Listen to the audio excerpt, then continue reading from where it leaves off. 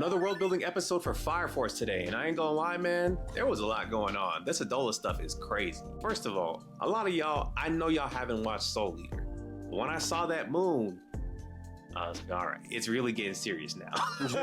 You kept saying something that you want to remake so bad. Nah, for real, that did make me want to remake a Soul Eater, because, man, Soul Eater came out like almost like, it might be 20 years ago now.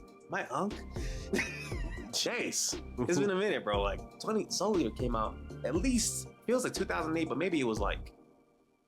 Didn't you say Fire Force was the prequel, though? It is the prequel. That moon is the normal moon in Soul Eater. You said that came out 20 years ago, but Fire Force is the prequel. Yeah, it's crazy. But the writer wrote Soul Eater first, and then wrote Fire Force. That makes sense. It's a weird thing. I don't know. It's wild. Point being is, man, it's just crazy to see it. We saw a glimpse of it in like a prior season, I think it's season 2, when the dude went nuclear. But this time, it's just here to stay, it looks like. So I'm like, all right. It's starting to really ratchet up to a point because this 8th pillar is about to come, and based off of their hypothesis, it seems like it's gonna pull up and then everyone just dies. Like the world implodes, right? Because their theory is, as long as everybody's thoughts are what creates the Adola realm, everyone's thoughts always eventually leads to death, right? Because all people die, everyone thinks about death at some point. So as soon as the world gets completely merged, it's just gonna wipe out the planet. And then that's how they're gonna restart again with all of the White Clad's plans, right? So at this point, I'm like, ooh, this looks a little crazy. But at the same time, I don't think the White Clads fully thought this out either. At least everyone aside from like Haumea / the Evangelist. Actually, no, I think they did think this through because they've been talking about this for a year that they plan on dying. So I don't know what you talk about. I don't know, bro. I think the only one that doesn't want to but has to deal with it is the one that can see the future. Yeah, she's the only one that's like, we're all gonna die, but I'm like, it is what it is. Like, I don't know, dog. Like, to me, this little like suicide cult pack they got going on kind of crazy, bro. Yeah, they tripping. Because I'm like, I thought maybe they thought like they're gonna be able to like recreate the new world, but I'm like, if this is gonna kill everybody, man, y'all tripping. Yeah. And everybody got doppelgangers, so I'm like, unless they have already been like pre-possessed by their doppelganger, then maybe it makes a little bit of sense. I'm pretty sure the doppelgangers won't get killed when the cataclysm happens. You know what I mean? Mm-hmm. But otherwise, I'm like, y'all gonna have to fade your own self, or at least the thought of you, and then on top of that, you still gotta kill yourself. Like, I don't know, bro. No, they definitely didn't. They definitely thought it through, but they want to die. How did y'all convince these people? No idea. You know what I'm saying? Especially when I think of a character like I forgot his name. The dude who be saying walk. I just call him the soul black guy, man. Hey, man. That's blind. See, but like he has a very protective personality, right? Like his whole thing is like he's gonna protect the pillars no matter what. Like it don't even matter if you're the pillar on his side or on the opposite side. He won't let nobody kill you if he's around. You know what I'm saying? True. So I'm like, how did somebody with such a protective heart join the suicide cult? Like, makes no sense, I'm tripping out, bro. I don't know. To me, that just doesn't make sense. Hopefully, we're gonna learn a little bit more as the show goes on. But right now, it's looking pretty dire, bro. And it just makes me feel like, aside from the 8th, everybody else is a little bit too nonchalant about this. You know what I'm saying? Like even the 7th, Benny Morrow just like, eh. Like even his lieutenant was like, you realize they brought back the old boss as a doppelganger, and he was like 10 times stronger because of how people perceived him, right? And Benny Morrow was like, and he was like, what? They perceive you as a god. Oh, God. He said, I think the world ends if your doppelganger pulls up. Facts. Like, what do you even do about that? Yeah, him and Joker's the doppelganger? I don't know. Oh, it's problematic. Yeah. You know what I'm saying? But we already got to see Joker's doppelganger a little bit. Yeah, I think he was next to the boss. Yeah, so. They kind of showed it some clips. But yeah, there's some problematic doppelgangers out here, man. That's all I'm saying.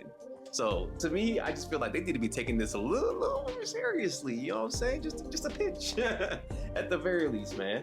But I think what was even crazier is finding out about this whole situation with Shinra's birth and their mom situation, bro. High key, I feel bad for their mom, bro. It's because they kept saying that she was doing the do, but she really wasn't. They was slut shaming her so bad the whole episode. And then she got kicked out. Nah. We gonna pay for your stuff, but we don't care. Like, that hurts more than them not paying for your stuff. I ain't even gonna lie, bro. Yeah, that's true. They say, hey, change your last name. She did say, they said, oh yeah, wait, I can't be called that no more. I said, oh. dog, like her parents were laying it into her. And don't get me wrong, I think in general, obviously, So makes a mistake. Like, you got to be like, hey man, why are you doing this? But when it comes to something like that, I'm like, as a parent, it's too late. You can't take back the baby. How do you have 2 virgin births though? 2 is crazy. Okay, first Like one, I'm like, this is already a record. Like, this is crazy. But 2 of them things? All right, here's how I see it. Something First wrong one, here. I'm like, all right, forgive you, daughter. Just make sure you lock in. Second one, yeah, I don't know. Go ahead and give us the last name. I mean, the first one was cool though. They were like, well, the first is gonna save the world, so your first baby gonna save the world. That doctor was extremely positive. Boy, he was reaching. But I like the reach he was doing. But it's just crazy because we find out that because the Great Cataclysm is a cycle, that's probably happened at least once before the one that happened that led to the world as it is now. We find out that essentially in a past previous civilization, people had this image of a virgin birth leading to this person who saved the world, which is obviously an allegory to Jesus Christ. So I'm sitting here like, so this is the Virgin Mary in Japan, and Shinra's Jesus, Japanese Jesus. Like, this is crazy, bro. I ain't even gonna lie. But at the same time, like, do you think that detracts from the story in a sense? Because like, I feel like sometimes people don't like that whole chosen one narrative when it comes to shows. You know what I'm saying? Like, I know when that happened in Naruto, when you find out that he was like the reincarnated sixth path, it's like, you know what I'm saying? It kind of takes away from like the hard work your characters did in a sense. But I think what was cool in the twist, at least for me, that made it seem a little bit cooler in this case, is that is supposed to be his destiny, but like literally like a divine being in a doula is fighting against his destiny because everyone thinks he's a devil. Like, he gets characterized as a devil his whole life when like religiously and like visually what people are actually supposed to see him as is a hero. So like his mom and him are actually correct in how he's supposed to be viewed, but like he just got like the straight FBI like writing straight slander on him every day. Now that's a demon. Even this man Arthur's like, all right, devil boy, you ready? And that's just like crazy. He white. He gonna say something racist regardless. It's just funny to me, like how deep it is in everybody's mind that he's a devil.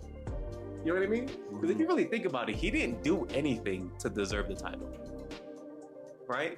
Like the amount of lashing out he did was just because people were bullying him. Like, I think anybody would lash out if they're getting bullied this hard. It's like you just went to school and everybody looked at you and they're like, you know what? Monkey boy, your first day. Like, same thing when Minato sealed the thing on Naruto, man. It wasn't his fault.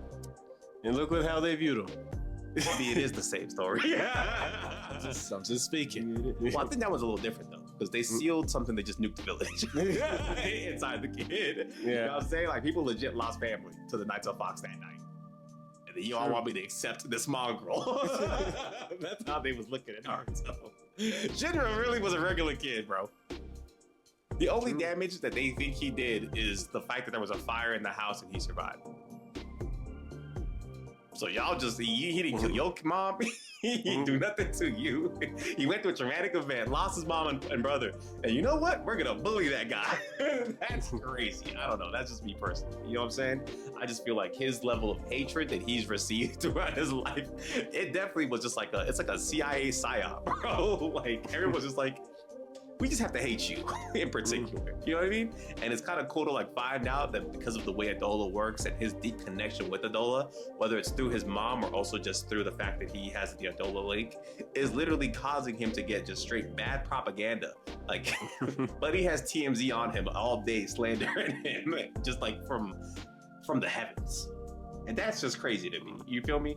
Like, it's just levels to the bull crap that he had to deal with, you know? It's one thing to know, like, dang, I have a bad life, but like, maybe I caused it. Finding out that God hates you is crazy. You know what I'm saying? Like, that's essentially what his brother found out. He was like, hey, somebody really hates my brother up here. And I did too, half the time. Not even realize. Like, of all people to hate, they're like, yeah, hate him especially.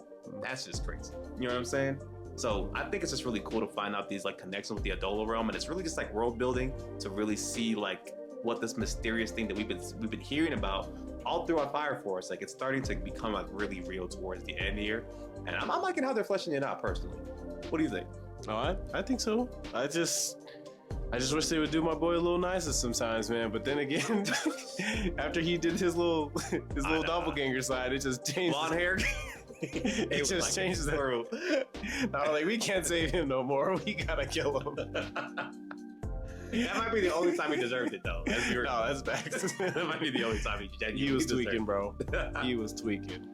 But yeah, man. Aside from that, though, I feel like this episode was pretty simple to just gearing up to see what this 8th pillar really does and just try to protect the people. Like, at this point, though, I ain't gonna lie, bro. Like, we gotta move the Fire Force universe up in the tiers of universes I would never want to live in. No, yeah. Like, I'm sorry. It's just imagine you just randomly just catch on fire, man. You know, Bro. like.